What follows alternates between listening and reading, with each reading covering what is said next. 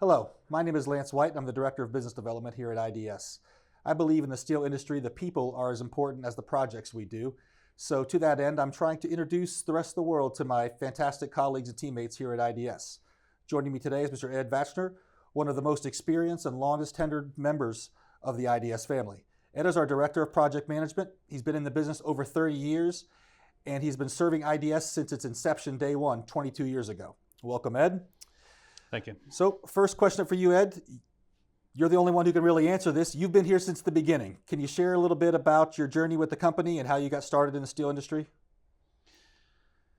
Yeah, looking back, I think it all started in high school. I went to a new school and couldn't get a class that I wanted to take. It was an elective, and ended up taking a drafting course. And from that drafting course, I decided I wanted to be an architect going into college. In college, the school I went to only had a construction management program, which eventually morphed into construction engineering. While I was there, and near the end, I started interning at several different companies. And one of those was AFCO Steel in Little Rock, Arkansas. And I ended up working there after I left college. So that was kind of my start in the industry. While I was there, I met Tom Vosmeyer, who is the founder of IDS. He eventually left and went to St. Louis and started working for an engineering company, and eventually called and offered me a job working there as a detailing department of that engineering company. And from there, after another couple of years, I believe 2003, we left and started IDS, and been growing ever since then. Nice. I always depend on you for most of the historical facts around here because you are my best resource for things that we've been doing things for so long. To that end, the steel industry has changed and evolved a lot over the last 2 decades that you've been here at IDS. From your perspective, what are the biggest changes you've seen in the detailing and engineering business since you started the business? Yeah, I think definitely the technological advances are probably the biggest thing. I mean, we started working with AutoCAD, and we were mailing drawing packages and calculation packages all around the world. Of course, now everything is done through modeling and electronic file transfer, and just printing in general. We used to print like nonstop all day, every day, and now we don't print hardly anything. So it's probably the biggest changes just from a logistical standpoint. Yeah. How about the quality of design drawings? Have those changed over the last couple of decades? Yeah, there used to be a clear distinction between design build projects and projects that are ready to go, but I think now pretty much everything is design build. It feels like a design build when it gets here. We used to start on at 90% drawings at the worst, and now it's pretty much, if we can get to 60% at start, we're doing good. So you were a longtime project manager, and still we talk you into being a project manager every so often now, but now your primary role is the Director of Project Management here for IDS. What do you think the key qualities that define an exceptional project manager? I think the ability to multitask,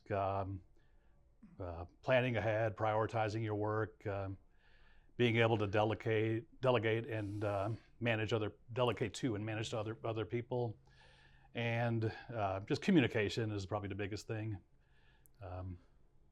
And anger management probably helps too. yeah. Having a cool, calm demeanor in the project management field does help you a lot. You just kind of actually alluded to one of my other questions I had here. As the longest serving employee here at IDS at the moment, you had the front row seat to the growth you just talked about and how much we've grown in the past 22 years. How would you describe the culture at IDS, and how has it evolved over the years, especially after Tom passed and the company moved in with Michelle in leadership? How has things evolved over the last couple of decades? Yeah, well, we started a very small office with just a few employees in the U.S., and as we've grown, it's difficult to maintain that closeness, level of communication, camaraderie that you have in a small office. So as we've grown, we've done things like have company barbecues, Christmas parties, office luncheons, after work team building activities, things like that. It's just try to keep the communication flow easy and everyone does, that everyone's comfortable with each other. Yeah. And you and Michelle still make periodic trips over to our overseas teams as well to kind of build that. I know you guys were just there last year for some celebrations over there. That's right. For the international offices, yes. Michelle, of course, does most of the traveling, but yes, the idea is always to keep a hand on the pulse of what's going on. So that leads into, I told everybody there'd be no hard questions, but this one is kind of sensitive. I'm sure we're very well versed in this. There is in our industry a preconceived notion about what overseas detailing means. What do you think is the biggest misconception about overseas detailing in the industry, and what do you think that we do to kind of combat that? I think that negative feeling has kind of gone away. I mean, it definitely used to be a big issue. I don't think it's as much of an issue now. I mean, everyone knows that it's it's a global economy, and almost any company is working with people all over the world. But at the time, there were a lot of detailing companies that would have offices overseas, but they weren't really captive to them. So those offices could take work for multiple clients, often overload themselves, and of course, schedule and quality will suffer if that happens. So we don't do that at IDS. We never did. Our employees we're all employees in our production offices, and we've always maintained control of the size of every office, the experience levels of everyone is hired. It all runs through management, so there are no surprises there. Great. So last question, and we'll get you off the hot seat. What do you think is the greatest benefit for fabricators when they choose to partner with IDS? Obviously, you've got a unique perspective on that because you've been doing this a long time. So what do you think sets us apart when fabricators are looking for a detailing partner?